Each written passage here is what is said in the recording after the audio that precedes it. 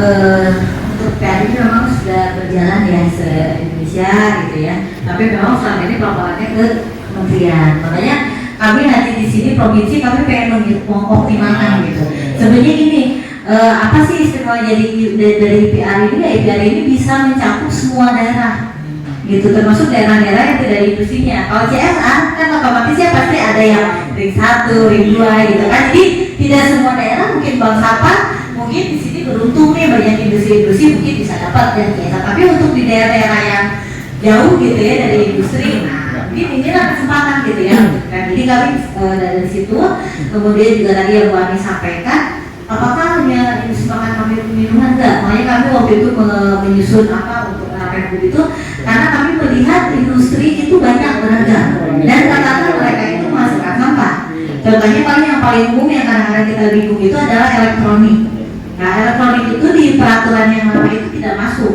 Nah, mereka nggak ada tanggung jawab untuk IPR. Tapi sementara kita masyarakat elektronik yang udah rusak, yang apa itu mau dikemanain, gitu kan? Nah, berarti kita harus menuntut produsen yang menghasilkan itu gimana mereka pengelolaannya. Jadi mudah-mudahan kami ini bekerja, kami ini belajar dari daerah banyak belajar gitu, mudah-mudahan kami bisa mengimplementasikan IPR ini di Jawa Barat gitu. Kita pengen jadi pelopor lah gitu ya untuk mengimplementasikan, karena kalau selama ini juga ini nggak bisa IPR itu ada di pusat. Kenapa? Karena barangnya produknya itu tersebar di Indonesia, maka nggak bisa gitu juga. Kita maksudnya ya kita juga harus maju lah gitu ya, sebagai apalagi industrinya ada di sini, kemudian juga sampahnya ada di sini gitu kan.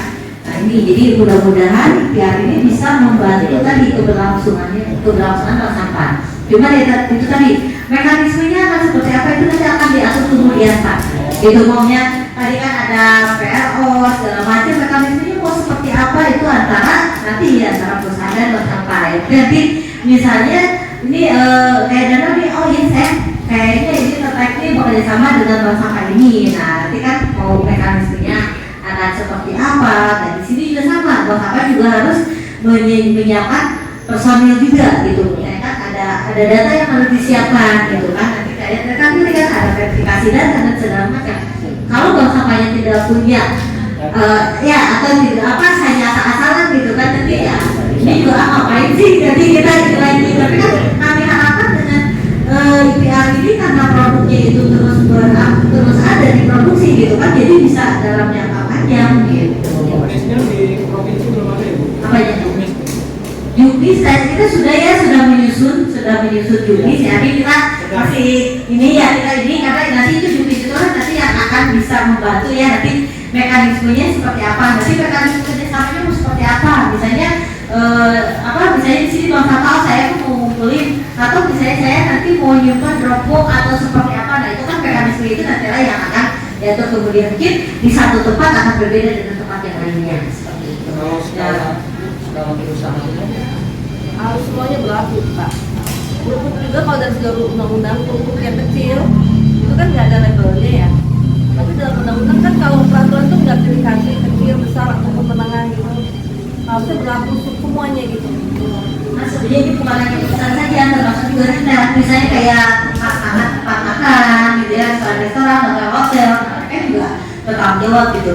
Restoran atau hotel misalnya dia memang yang mensupport minumannya siapa, tapi kan mekanismenya seperti apa, karena mereka juga punya tanggung jawab seperti itu. Jadi ya itulah nanti kita sebenarnya banyak sekali yang bisa kita gali gitu ya dengan IPR ini. Nanti kita sama-sama inilah kita konsepnya mau seperti apa itu mungkin dari satu tempat akan berbeda dengan tempat yang lain. Jadi